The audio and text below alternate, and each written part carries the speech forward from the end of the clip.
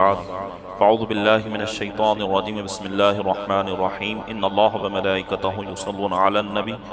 یا ایھا الذین آمنوا صلوا علیہ وسلموا تسلیما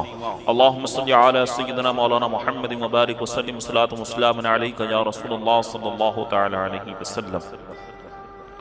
اذا السماء انفطرت واذا الكواكب انتثرت واذا البحار فجرت واذا القبور بعثرت علمت نفس ما قدمت واخرت۔ فرمایا رب تبارک و تعالیٰ نے جب آسمان پھٹ جائیں گا اور جب ستارے جھڑ پڑیں گے اور جب سمندر بہا دیے جائیں گے اور جب قبریں کوڑی دی جائیں گی، ہر جان کو معلوم ہو جائیں گا جو اس نے آگے بھیجا اور جو پیچھے چھوڑا۔ تو ان آیات میں قیامت کے احوال بیان کرتے ہوئے رب تبارک و تعالیٰ نے ارشاد فرمایا کہ جب آسمان فرشتوں کے نازل ہونے کے لیے پھٹ جائیں گا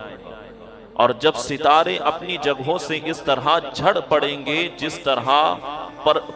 پورے ہوئے موتی ڈوری سے گرتے ہیں،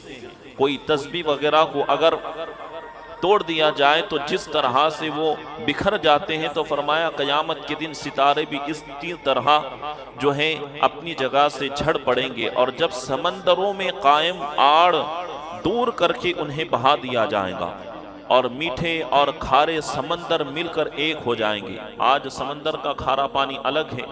اور ہمارے پینے کے لیے میٹھا پانی الگ موجود ہے۔ یہ رب تبارک و تعالیٰ کی قدرت کا نظام کہ سمندر کا پانی جو ہے میٹھے پانی سے نہیں ملتا، اگر وہ پانی مل جائے تو یہ پانی پینے لائق نہ بچے گا، اتنا کھارا ہو جائے گا۔ لیکن جب کل قیامت کا دن ہوگا تو ان پانیوں کو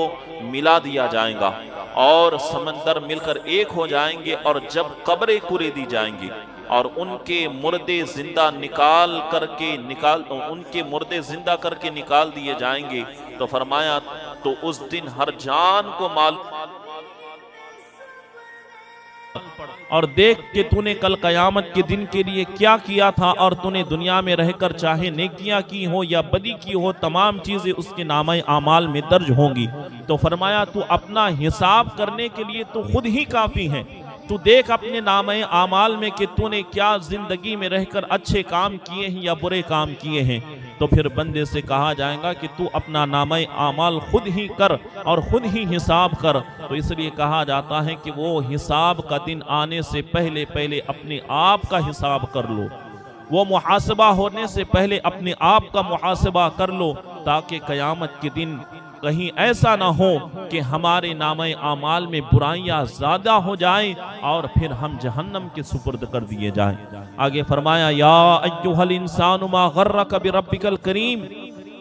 الذی خلقک فسواک فعدلک فی ای صورت ما شاء رکبک کلا بل تکذبون بالدین۔ فرمایا اے انسان، تجھے کس چیز نے اپنے کرم والے رب کے بارے میں دھوکے میں ڈال دیا؟ اور جس نے تجھے پیدا کیا، پھر ٹھیک بنایا، پھر اعتدال والا کیا، جس صورت میں چاہا تجھے جوڑ دیا، اور ہرگز نہیں بلکہ تم انصاف ہونے کو جھٹلاتے ہو۔ تو یہ کتنا انسان کو جھنجھوڑنے کے لیے رب تبارک و تعالیٰ نے فرمایا یا ایھا الانسان، اے انسان تجھے کس چیز نے اپنے کرم والے رب کے بارے میں دھوکے میں ڈال دیا کہ تو نے اس کی نعمت اور کرم کے باوجود اس کے حق کو نہ پہچانا اور اس کی نافرمانی کی جو تجھے عدم سے وجود میں لے کر آیا۔ پھر اس نے تمہارے اعضاء کو ٹھیک بنایا اور تجھے پکڑنے کے لیے ہاتھ، چلنے کے لیے پاؤں، بولنے کے لیے زبان، دیکھنے کے لیے آنکھ اور سننے کے لیے کان عطا کیے۔ اتنی نعمتیں عطا کی، پھر بھی تو اپنے کریم رب سے پھر گیا، اپنے رب کی نافرمانی کرنے لگ گیا۔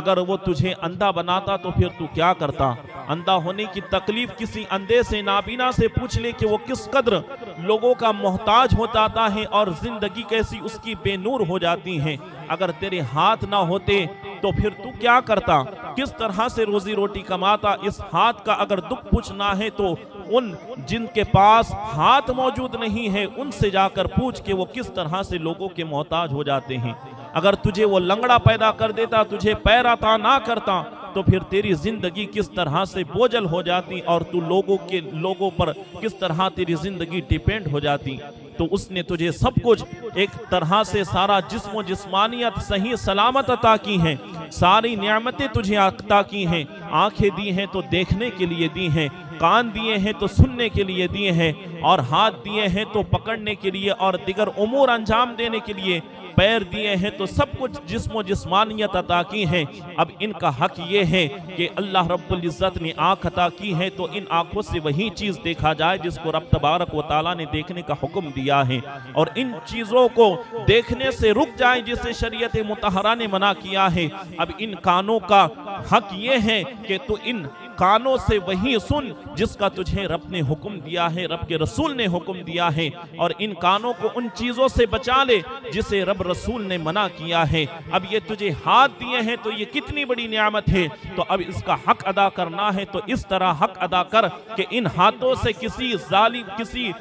ان ہاتھوں سے کسی پر ظلم و ستم نہ ڈھا، ان ہاتھوں سے چوری ڈکیتی نہ کر، ان ہاتھوں کو غلط کاموں کی طرف نہ بڑھا، ان ہاتھوں کو گناہوں کی طرف مائل نہ کر، بلکہ ان ہاتھوں کا حق یہ ہے کہ یہ رب تبارک و تعالیٰ نے تجھے امانت دی ہے، تو اب ان ہاتھوں کو تو ان چیزوں کو کر جسے شریعت مطہرہ نے رب رسول نے کرنے کا حکم دیا ہے۔ یہ پیر تجھے صحیح سلامت چلنے کے لیے دیے ہیں، تو اب ان پیروں کا حق یہ ہے کہ تو ان پیروں کو گناہوں کی طرف نہ لے کر جا، ان پیروں کو بدکاریوں کی طرف نہ بڑھا، بلکہ ان پیروں کا حق یہ ہے کہ تو ان پیروں کے ذریعے سے اچھے اعمال کرنے والا بن جا، ان پیروں کے ذریعے سے مسجد کی طرف چلنے والا بن جا، ان پیروں کے ذریعے سے تو حج بیت اللہ کی شرف زیارت کر کے کعبۃ اللہ کا طواف کرنے والا بن جا۔ یہ حق تھا جو رب تبارک و تعالیٰ نے نعمتیں دی ہیں اس کا شکر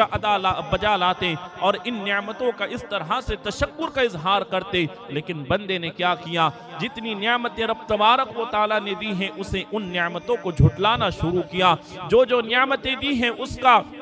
غلط طریقے سے استعمال کرنا شروع کیا۔ تو رب فرما رہا ہے یا ایھا الانسان انک کادح الی ربک قدحا فملاقیہ، اے انسان تجھے کس چیز نے اپنے کرم والے رب کے بارے میں دھوکے میں ڈال دیا، اور فرمایا کہ یہ تمام چیزیں عطا کی، پھر اعضاء میں مناسبت رکھی کہ ایک ہاتھ یا ایک پاؤں یا دوسرے ہاتھ یا دوسرے پاؤں سے چھوٹا یا لمبا نہیں کر دیا۔ یہ بھی ایک کتنی بڑی نعمت ہے کہ دونوں ہاتھ اور دونوں پیر برابر ہیں۔ اگر کسی کا ایک ہاتھ چھوٹا ہو جاتا اور ایک ہاتھ بڑا ہو جاتا پھر بھی تکلیف کی بات تھی، کئی لاکھوں روپیے دواخانے میں دینے کے باوجود بھی وہ ہاتھ ٹھیک نہیں ہو سکتے۔ اگر کسی کا ایک پیر چھوٹا ہو جاتا یا ایک پیر بڑا ہو جاتا پھر بھی تکلیف کی بات تھی، ساری زندگی دواخانوں کے چکر کاٹتا پھرتا اور لوگوں کو جو ہے پیسے دیتا پھرتا، پھر بھی وہ تیرا ہاتھ پیر ٹھیک نہیں ہوتا۔ یہ اس کی کتنی کرم نوازی ہے کہ دونوں ہاتھ بھی دیے تو اعتدال میں دیے ہیں، برابر دیے ہیں، دونوں پیر بھی دیے ہیں تو برابر دیے ہیں،